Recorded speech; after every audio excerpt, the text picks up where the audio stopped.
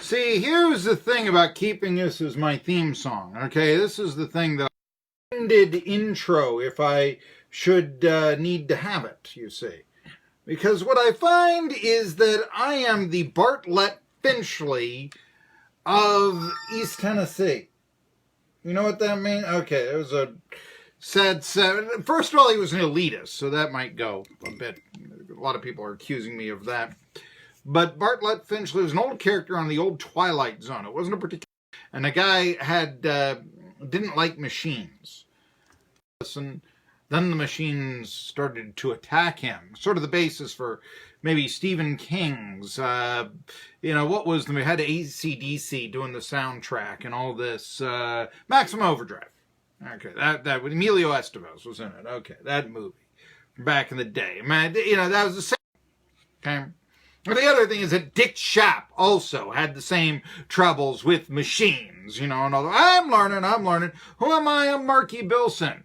I'd like to think that I present the quality standards and professionalism of Dick Schaap, as well as collecting people and a lot of good humor, along with a lot of insights. Yeah, Dick Schaap was great. I also liked the way that he would commentary on the sports reporters, that sort of thing. I'm your voice of choice for a new generation of Tri-City sports fans. The name of the program is Tri-City Sports Now. 1420 WEMB Sports Radio is the name of the radio station. We own the Tri-Cities with the best guests, the hardest hitting opinions in the market, and the talent that once had one of my stories actually lead off the sports reporters. This is back in 2010. Okay, give you highlights of my career. Brian Burwell really liked it. You see, I've talked about this on and off. Howard Cosell has never won the Roselle Award for television and radio football broadcasters. Everybody else associated with the old days in Monday Night Football has. Howard Cosell isn't. Don't tell me he's not being blackballed. The NFL chooses for the Roselle Award, it's all, generally speaking, it's company men. So there you go. Anyway, today's best guest list, Adam Nelson, hoopdirt.com. He comes on at 12:30. Michigan lost John Beilein to Cleveland. Nobody saw that coming. 68 years old? Really? I mean, wait a minute here. Really? Nah. Or is it? He's on everybody's projected lists. I can't figure that one out. Anyway, leave it to me. I'm the guy talking college basketball in May. On Monday, we gave the top 25 out, this sort of thing for next season by Gary Parrish. But this was a huge, shocking story. Basketball is on the lips of lots of people. The NBA just had their draft lottery. That's what Marky's monologue is about. I have our old friend. Adam Nelson always does a great guest spot on here. 1 o'clock, I'm really excited about this guest. It's Alan Eisenstock. Now, Alan Eisenstock wrote a book. Got it right here. In fact, I sent this to our station owner, Maria True, our CEO, a while back. And here it is. It's called Sports Talk, A Journey Inside the World of Sports Talk Radio. Now, it was written 9 years ago. How's Sports Talk changed since then? I have been a fan of Sports Talk Radio. I like to talk about that. I had the idea for a 24-hour sports radio station when I was 11. Because I loved listening to ball games on the radio so much. And at that time, baseball, you listened to a lot of baseball games on the radio. And to me, journeying across my AM dial to KMOX to St. Louis, I was now in St. Louis. I was now in Pittsburgh at KDKA, Philly at WCAU, which has changed a lot of, WSB, standing for Welcome South Brother in Atlanta. We're doing this. Team was in the World Series, the Super Bowl, or something like that. I used to love going to the hometown radio station, listening to the talk shows as they were talking about the series. Dream radio show, that sort of thing. I really, always wanted to do that. And so here I am now. Figure out how I got this. Anyway, Alan Eisenstock also used to write sitcoms. Mark and Mindy, What's Happening? Angie. Okay, they're Yeah, they're yesterday's sitcoms maybe, but, step by step. How did Suzanne Summers get to be better looking as a mother in Step by Step than she ever was as Chrissy Snow in Three's Company? Maybe I'll ask Alan Eisenstock that. I don't know. But he's going to join me from Los Angeles at 1 p.m. Really excited about that. Alan Eisenstock, and we'll talk a little bit about the changes in sports talk radio and the like, as well as, maybe, all right, writing sitcom. What happened to the sitcom? I mean, I know Modern Family's on its last legs. Big Bang Theory's on its last legs. Is it all, Gavin Whitson, is it all about Survivor? Is it all about reality? It takes away from the writer, which ain't so good.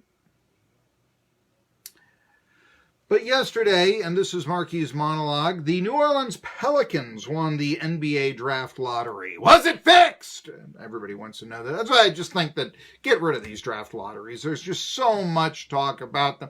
And you know what? I mean, the league, I think, for the best player to go to the worst team and try to build it up that way. Now, we've seen, in the past that finished in last place, you can often get it wrong.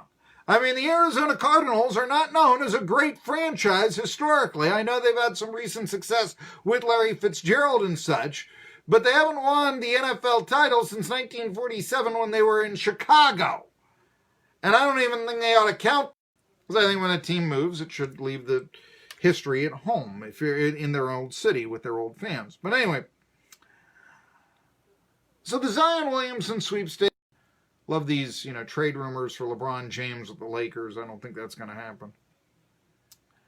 But what it did for me when I heard New Orleans Pelicans was it brought back to me memories of a less desirable time for ETSU athletics. And I think a lot of people out there now are going, the Pelicans, they were then called the Hornets, played an exhibition game in Johnson City. By the way, Hornets. You're wondering how that franchise nickname came. When they were the New Orleans Pelicans, that was like the Flint Tropics right there. Or, yes, we see this. That was the inside joke of semi-pro, is how poorly named so many basketball teams are named. I think in the NBA, you have to be either named after a really cheap car, Cavaliers, Bobcats. They got their Hornets. That team was supposed to have originally been called the Spirit. What other teams are out there that are nicknamed, all this stuff? I guess they're the Trailblazers, not the Chevy Blazers. There used to be a car called the Hawk, discontinued.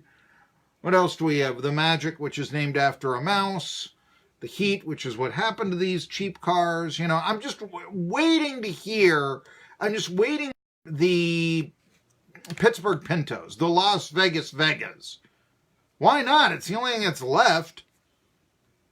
What are their, But it just seems like every team has to be named after a bad car. Think about that for a second. Anyhow, so 9 years ago, the Pelicans, there's no car named the Pelican as far as I know. There was one called the Hornets.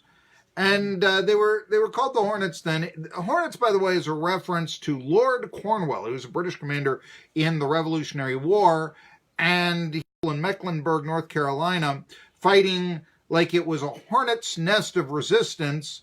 And I think the Hornet is on the city seal of Charlotte, but teams have been called the Hornets since whenever. And then when George Shinn moved the Hornets to New Orleans, he kept the name. And that's like Los Angeles Lakers. Lakers is, belongs in Minneapolis. They were the Minneapolis, like Utah Jazz. They used to be in New Orleans. You don't really think of Jazz in Salt Lake City.